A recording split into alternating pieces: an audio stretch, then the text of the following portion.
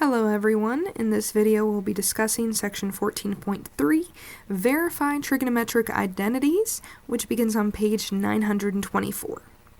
Alright, so I'm just going to go ahead and talk about this section real quick. It's got to be one of my favorite sections because it's not too heavy math-wise, but it is decently, demanding as far as your thinking is concerned, because it's a puzzle piece. If I were hiring you right now, I would give you a couple of these problems, and I'd give you every, one of these definitions and theorems, and see what you can give me, because it involves you thinking, and you are going to hit some roadblocks. Don't erase it, just, put a line through it so that you see what you've done and what didn't work. And it helps a teacher see, if you can keep going and if you can persevere. Do you have that grit? So, let's go ahead and start out with recalling from lesson 13.3. We have this standard position for theta. Alright, here is my lovely theta. It's cute, adorable, right there. It's written or drawn in standard position. So, with it being in standard position, we can draw, this circle if we determine what the radius is. So if we said the radius is 1, which we are here, the radius is 1, we can create this circle. Alright, and we're going to call it the unit circle. This is really just the foundation. If you get this lesson, you're going to be able to do pretty well in pre-cal. Alright, this is the unit circle. We use values of cosine and sine. Before, in chapter 13, I told you to remember that in alphabetic order. X goes with the C for cosine, and then next in alphabet, C comes before S, so it's X before Y. Alright, so X comma Y is going to be cosine comma sine. So we can use the equation for a circle, where my radius is 1, so technically this is r squared, alright? And we can replace that with cosine squared for x squared and sine squared for y squared, and get this thing of beauty, alright? If you can remember that equation, you can produce a whole bunch of other equations, alright? Just by simply multiplying or dividing by something. Alright, so this equation is true for any value of theta. So pi over 3, pi over 2, negative 5 pi over 3. It doesn't matter. It's going to hold true. So that is called a trigonometric identity. Alright, so that is a trigonometric identity. This thing right here. Several fundamental trig identities are listed below in this key concept box. Alright, so in this box here, you have a couple that you should know. You should know definitely the first 4, so reciprocals. In order to get cosecant, an actual value for cosecant, you need to type in 1 divided by sine. In order to get secant, you need to do 1 divided by cosine on your calculator, and same for cotangent. It's 1 divided by tangent. Those are our reciprocal identities, because you are doing 1 divided by. Alright, so it makes sense why they're named that. You should know that tangent is sine over cosine. I've said that multiple times in geometry and algebra 2. Which would then, you might be able to figure out, well, if I'm taking the reciprocal of tangent in order to find cotangent, it's going to end up being cosine divided by sine. Alright, that's what happens when you take the reciprocal. And now, you know Pythagorean identity, the very first Pythagorean identity, which is sine squared plus cosine squared equals 1. Now, if I flash back to this picture, why did they call it the Pythagorean identity? Well, you can draw your lovely height here that with a right angle down to your x-axis. That's your x value, that's your y value, and that's your hypotenuse. So, this is where you tie in geometry with the Pythagorean theorem, with the equation of a circle, and trigonometry. It's so beautiful. Alright, so if you divide by sine, or sine squared, that gives you this identity, and if you divide each of those by cosine squared, that gives you this one. You don't 100% need to know that for now.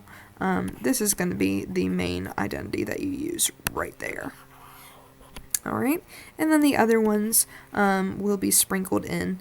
You have this chart, this key concept box at your disposal. So I would write all of them down. I would, keep a tab or bookmark, throw a pen in your book on this page because you'll be using it for your homework. Okay, so given that the sine of theta is 4 over 5, and we are on the domain restriction between pi over 2 and pi, that means here's pi over 2, here's pi, this is 180 degrees, this is 90 degrees, that means I fall in quadrant 2. Alright, find the values of the other 5 trig functions of theta. I do want you to keep in mind all students take calculus. Alright, if I am working on this coordinate plane here, sometimes they come out positive and negative. Here in the second quadrant, the sine is going to be positive as well as its reciprocal function, the cosecant. All of the other values should come out negative. So it's just these two trig functions should be positive, which it is here. Alright, so going through a couple steps, finding the cosine of theta. I'm going to use this trig identity. How did I choose it? They don't even tell you how they choose it. Well, I have the sine, the actual value of sine, and I just want to use one of the trig identities here that allow me to find one of the other ones. You could have started here and used the reciprocal to find cosecant. That'd be an easy first step. Sure, why not? Alright, not telling you what your first step should be, but that's how they do it. So, they substitute in the value for sine. You know what it is. It's 4/5. So then they square it and subtract it from the other side, and they get 9 over 25. Well, you have cosine squared, not cosine.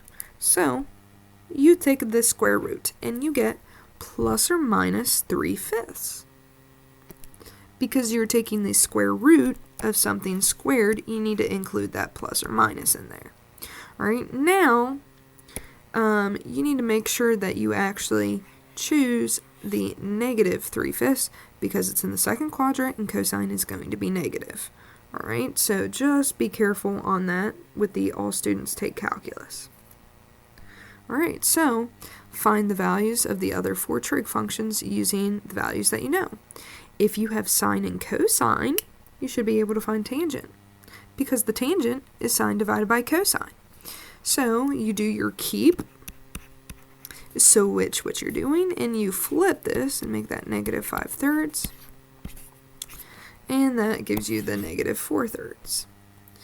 Alright, and then you find the cotangent by taking the reciprocal, and since you have sine, you do 1 over sine, and you get 5/5 for cosecant, and then you do 1 over cosine, and you get negative 5/3 for secant. Alright, so that, before I move on to example 2 here, I'm going to go back here. I'm going to circle the ones that we used. Alright, for that problem. We used this one, we used this one, and this one, and this one.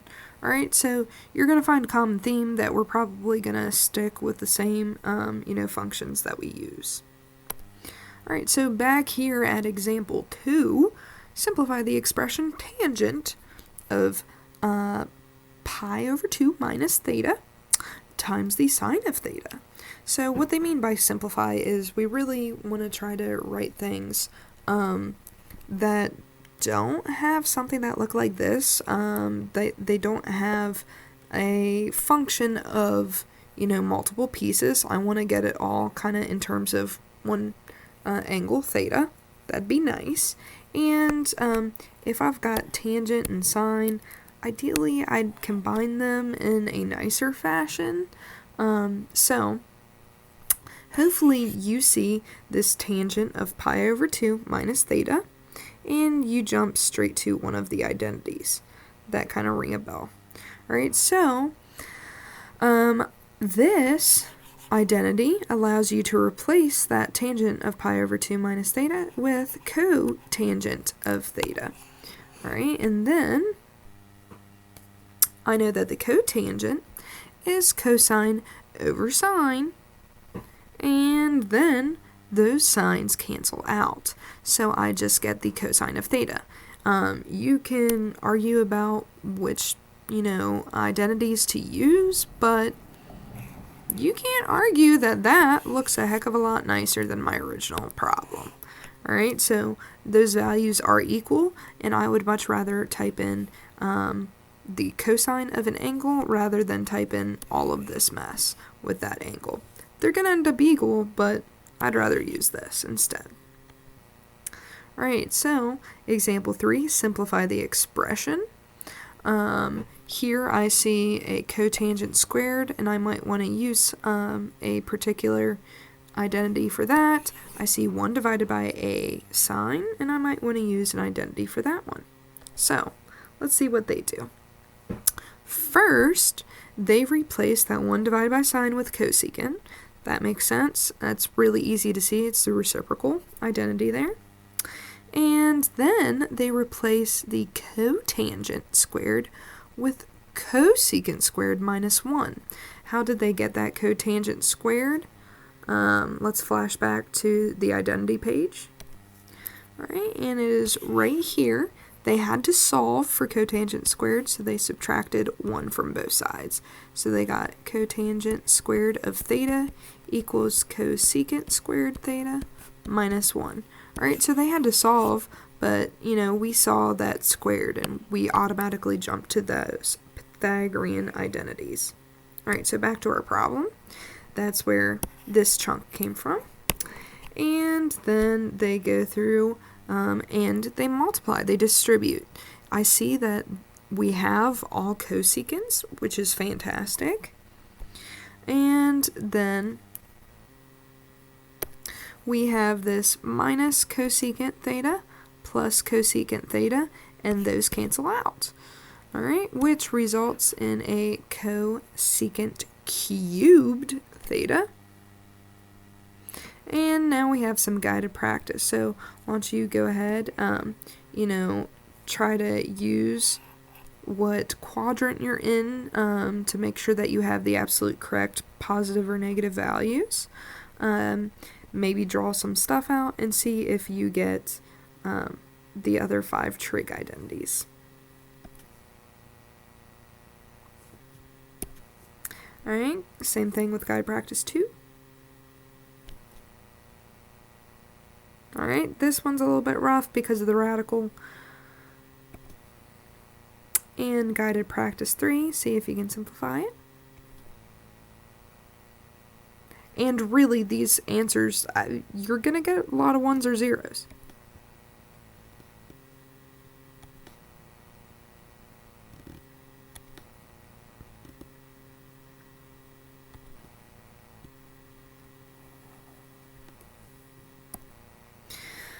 Alright, so verifying identities.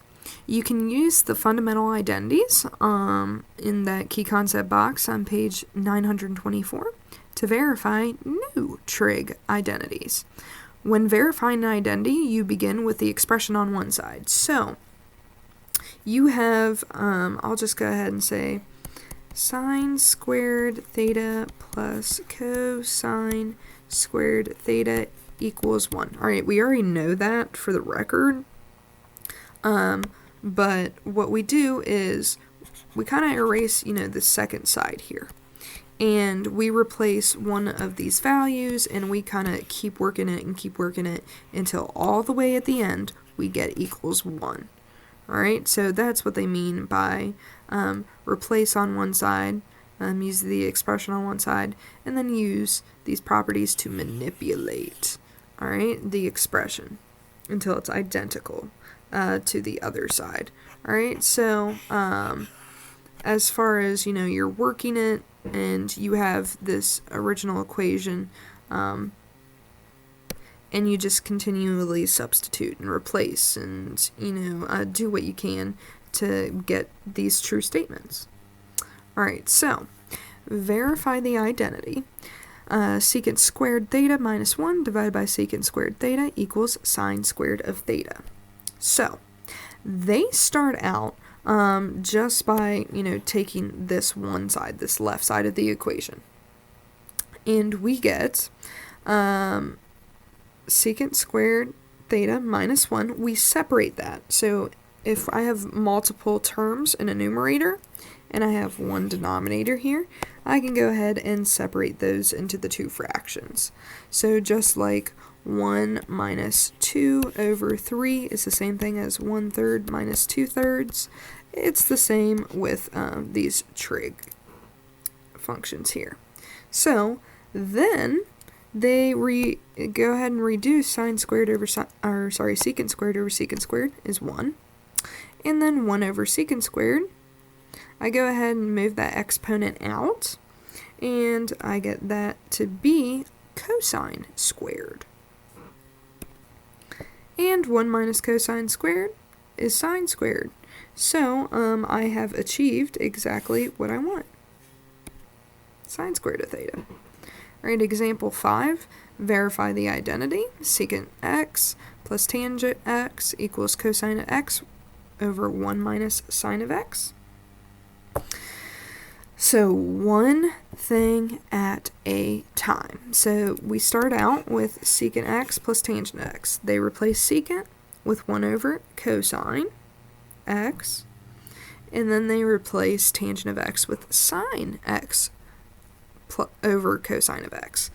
And then, since they have that common denominator, they have 1 plus sine of x divided by cosine of x. And then they decide how am I possibly going to go, from 1 plus sine of x over cosine to cosine over 1 minus the sine of x. So they try out some funny things here. And why do they choose to multiply by 1 minus sine of x?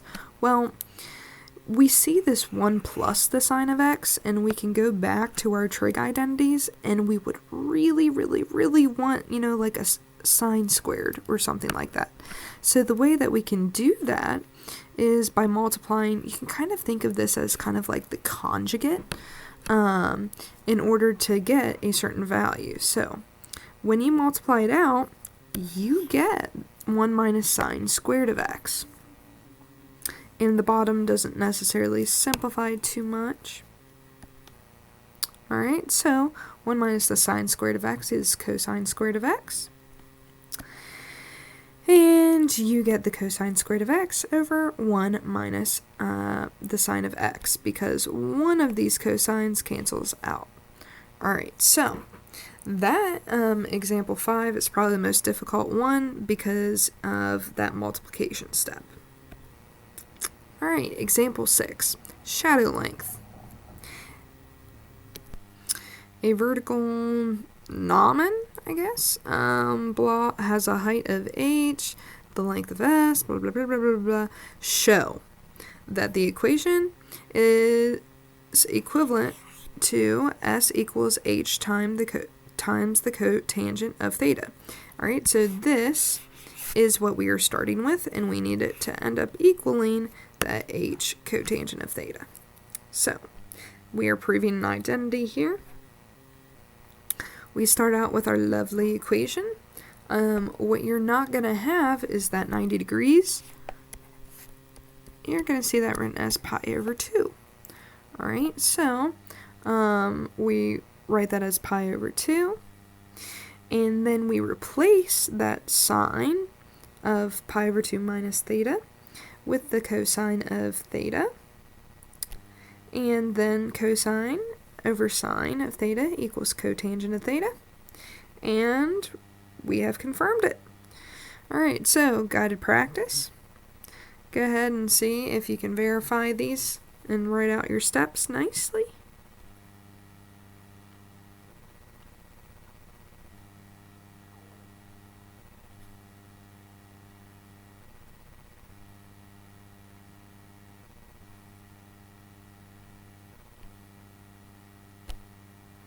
Alright, if you guys have any questions at all, feel free to, log in, ask me anything over email. We can, of course, meet up through our Google Hangouts or Google Meetings and talk via video streaming so that you guys can ask those questions. This is definitely a challenging lesson, and I'm not sugarcoating that at all.